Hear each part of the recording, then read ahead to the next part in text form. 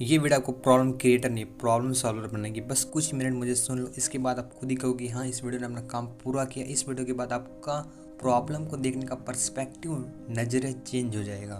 आप प्रॉब्लम को प्रॉब्लम की तरह नहीं देखे, आप उसे एक चैलेंज की तरह देखोगे और उसे प्रोफेसर की तरह सॉल्व कर ही लोगे। अब शुरू। एक बिजनेसमैन को अपना बिजनेस उसके 3 बच्चों में से किसी एक को देना था, पर वो कंफ्यूज था कि वो किसे दे। अगर बिजनेस गलत हाथों में पहुंच जाता तो फिर वो बिजनेस लॉस में भी जा सकता था। उसने अपने बच्चों को बुलाया और फिर उन्हें कंघियाँ दी, मतलब कि कॉम, और फिर बोला जाओ यहाँ से 20 मील दूर एक मठ है, टेम्पल, वहाँ पे तुम्हें इसे बेचना है, जितनी तुम बेच सको। जो भी सबसे ज़्यादा कंघियाँ बेच पाएगा मैं उन्हें इस बिजनेस को सौंप दूंगा। अब इसमें चैलेंज क्या थे कि वहाँ पे मॉन्ग रहते थे और मॉन्ग तो गंजे थे, उनके सर पे बाल ही नहीं थे, तो फिर उन्हें कंघी कैसे बेचेंगे। तो फिर मैं आपसे सवाल पूछता हूँ, आप क्या करते अगर आप ऐसे सिचुएशन में होते? कमेंट करो। स्टोरी पे आते हैं। पहले बच्चे ने एक कंघी बेची।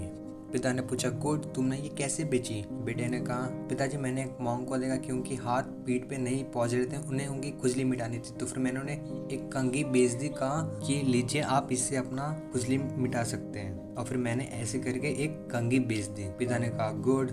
दूसरा बेटा आया। दूसरे बेटे ने कहा पिताजी मैंने 10 कंघी बेची। पिता ने कहा वेरी गुड, बताओ कैसे की तुमने ऐसा? तो फिर बेटे ने कहा पिताजी मैंने देखा कि ना जो भक्त मंदिर में आते थे तो फिर वहाँ पे हवा तेज चलती थी, जिसकी वजह से उनके बाल बिखर जाते थे। तो मैं एक मॉन्ग के पास गया और फिर उन्हें ये बताया कि अगर आप उन्हें कंघी देंगे तो फिर उनकी ये मदद होगी उनके बाल संवारने में। तो फिर एक मॉन्ग ने मुझसे 10 कंघी खरीद ली। अब तीसरा बेटा आता है। तीसरे बेटा बोलता है पिताजी मैंने 1000 कंघी बेची। अब पिताजी सोच में पड़ गए कि ऐसा कैसे बेच दिया इसने।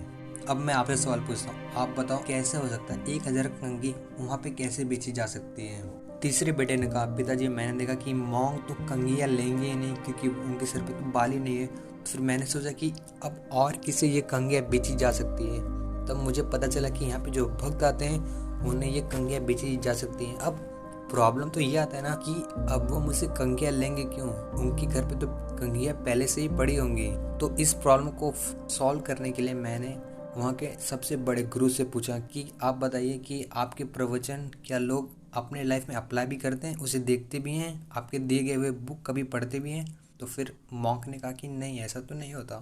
तीसरे बेटे ने मॉन्क से कहा कि ना मेरे पास एक ऐसा रास्ता है जिसकी वजह से आपका मठ चारों दिशा में इसका नाम हो जाएगा, इसकी प्रतिष्ठा बढ़ जाएगी। मॉन्क ने कहा वो कैसे है? तीसरे बेटे ने कहा मेरे पास कुछ कंघियाँ हैं जिनके ऊपर मैं आपके प्रवचन या मंत्र लिख दूंगा और आप उन्हें भक्तों को दे देना, जिसकी वजह से वो हर दिन कंघियाँ तो उन्हें यूज़ करनी ही पड़ेगी।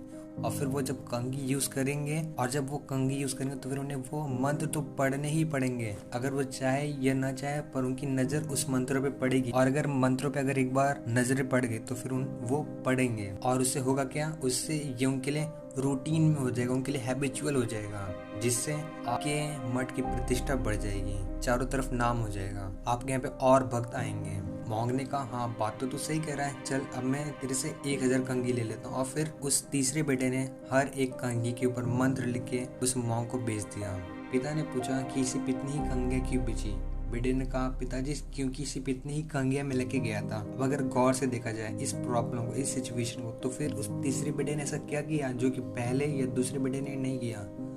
वो था उसने पॉसिबिलिटी फाइंड की कि क्या पॉसिबिलिटी है कि हम यहाँ पे सेल कर सकते हैं, जिससे वो मॉन्ग को भी ये कंघियाँ बेच पाया। उस लड़के ने पॉसिबिलिटी फाइंड की कि क्या पॉसिबिलिटी हो सकती है किसी को भी ये सेल करने के लिए। ठीक उसी तरह मनी हैस्ट में प्रोफेसर इतने माइंडफुल क्यों हैं? क्योंकि वो पॉसिबिलिटी ढूंढते हैं कोई भी प्रॉब्लम में, उसको सॉल्व करने की, चाहे प्रॉब्लम कैसे भी हो वो सॉल्व कर ही आते हैं। आयरन का एआई, जिसकी वजह से आयरन सारे अपने काम कर पाता था, वो इतना स्मार्ट इसलिए था क्योंकि वो पॉसिबिलिटी फाइंड करता था। आप कोई भी प्रॉब्लम में उसका सॉल्व करने की पॉसिबिलिटी ढूंढो, कहीं ना कहीं 1% 2% पॉसिबिलिटी तो हो ही सकता है।